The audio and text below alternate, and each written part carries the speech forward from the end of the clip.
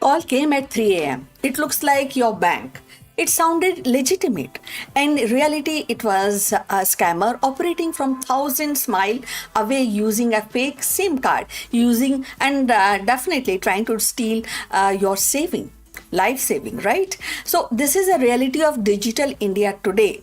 But a massive change is coming in a dual prolonged defense from the government that is fundamentally changing your smartphone experience and how you use applications like WhatsApp and Telegram. The center has recently issued landmark directives, two major security changes that affect nearly every mobile user. The first says Sanchar Saathi, cybersecurity application is now being made mandatory for pre-installation on all new smartphones.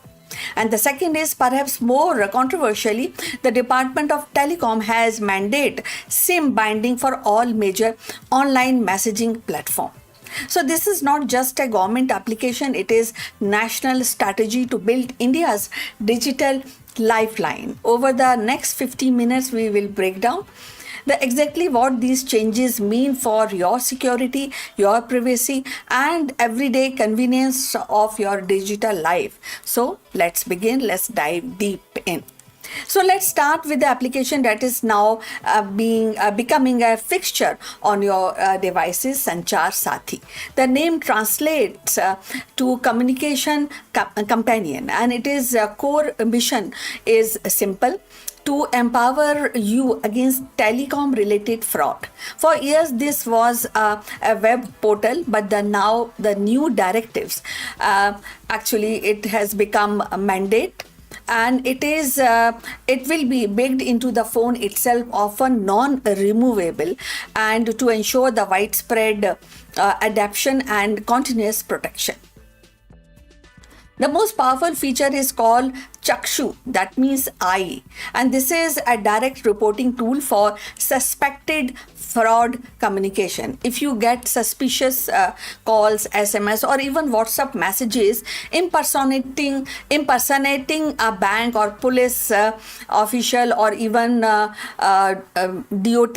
representative for KYC update, you can report it instantly.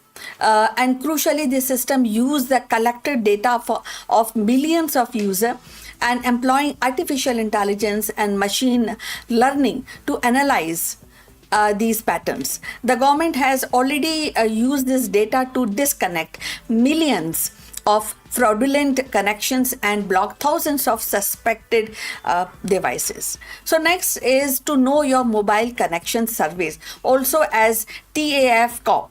So many times you are given Aadhaar, you give actually Aadhaar card copy for new SIM. The scammer exploit this and obtaining multiple SIMs in your name without your knowledge. This tool allows you to log in, see every single SIM card registered under your government ID, and instantly report any unauthorized number.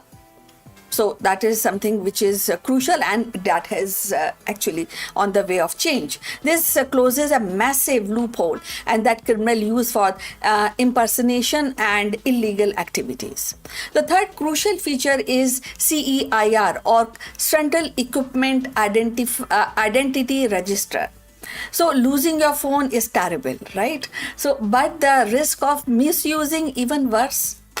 So though the Sanchar Saathi, you can immediately report the lost or stolen device using its IMEI number. Once reported, the device is blocked across all Indian telecom network, making it useless to a thief. So if somebody tries to activate it, the system alert the authorities, and increasingly chance of definitely recovering the phone. The finally application also allows you to verify the genuineness of your mobile handset using IMEI, and this is crucial for curbing the black market of counterfeit phones and ensuring every device in the network is legitimate. So the Sanchar Saathi application isn't just bloatware, it is an active citizen-driven security shield. So it turns your phone into a tool for national cybersecurity, using your report to clean up the entire telecom ecosystem. But the government isn't stopping at this level or at the device level only. So they are now going to deep into the application you use every single day. And this brings us to the second more impactful change, that is mandatory SIM binding. Until now, your favorite chat application worked on one-time verification model. And you put in your SIM and got an OTP and logged in. But after that, you could take the SIM out and put it in a drawer, and the application would continue working fine over Wi-Fi. This is a loophole in the Department of Telecom in aggressively closing, and they were classified that these messaging platform as a telecommunication identify user entity, bring them under a new cybersecurity regulatory framework. So the new rule effectively will be effective in 90 days, and that is definitely becoming mandatory for having a SIM binding. So this means that your messaging application, be it WhatsApp, Telegram, Signals, or other must be continuously linked to the SIM card and registered account. In simple terms, you remove or deactivate the registered SIM card, your messaging application will stop working. So the primary reason is traceability. People can trace your being and your mobile, and combating the cross-border cyber fraud. Criminal often procure SIM using fake ID, register or WhatsApp account, and then remove the SIM. So they then use the application over the internet, and often from the outside of India, to run digital arrest scam, investment frauds, and kind of very unhealthy campaigns. So without the physical SIM in the system, in the device, so law enforcement cannot easily link the digital activity back to a specific location or subscriber data. So SIM binding restore that critical link, ensuring every fraudulent session is tied to a variable SIM card. So we can verify also in this process, and that is crucial. So the policy extend to multi-device use as well, and the DOT is also mandating that the campaign web services like WhatsApp, web and must log out automatically and periodically, specifically not later than every 6 hours. This means you will have to be authenticate via QR code, and that will be more frequent. And this tackles the risk of unattended browser session being hijacked or exploited by criminals. So while the security goal is clear, and this is mandate introduce a friction of legitimate user. So there are definitely some challenges, and let us discuss the challenges. Challenge 1 is international travelers. So if you travel abroad and switch to a local SIM, you may lose the access to your Indian WhatsApp number unless you switch back to Indian SIM to re-verify.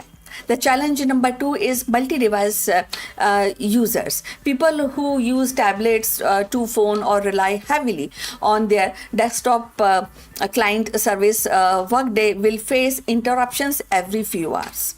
And definitely the third challenge is implementation for global platforms like Meta, and this requires a significant re-engineering of their application just for the Indian market. They have expressed concern about feasibility and the user experience. So this is a classic battle between security and convenience. So the government is prioritizing national security, fraud prevention, and even it means a slight loss of convenience for the user. That is okay. And so these policies are here and they are moving really fast. What should you, the Indian mobile subscriber, do right now? So that is the question, and I think you must be thinking about how to go about with the new change. So immediately use the Sanchar Saathi portal or application. Go to the TAF Corp section, verify every single mobile number, register under your name, and report and disconnect any that you didn't take. And this is a single most important step to prevent, identify fraud, and ensure all your messaging application, including WhatsApp and Telegram, are running the latest version. The companies are being given 90 days to comply, and the compliance will come through the mandatory application update. So be prepared for the new reality of SIM binding. And if you are a traveler or rely on WhatsApp web, expect a login more frequently. This is a trade-off for enhanced security.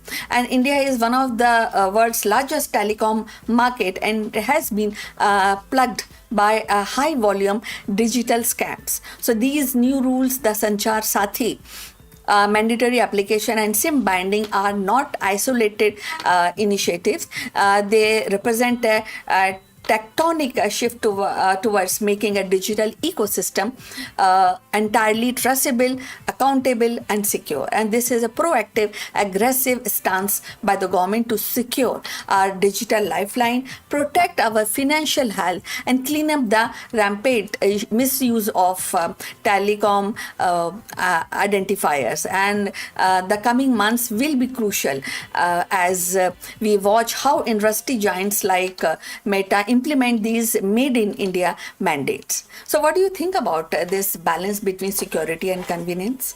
Will SIM binding stop the scammer? Or is it inconvenient too much? So let us know about your thought in the comments below. If this video helped you to understand India's new digital landscape, please like and subscribe for more deep dives into the policy that shape our technological life. Thanks for watching, and stay safe in the digital world. See you again. Bye-bye.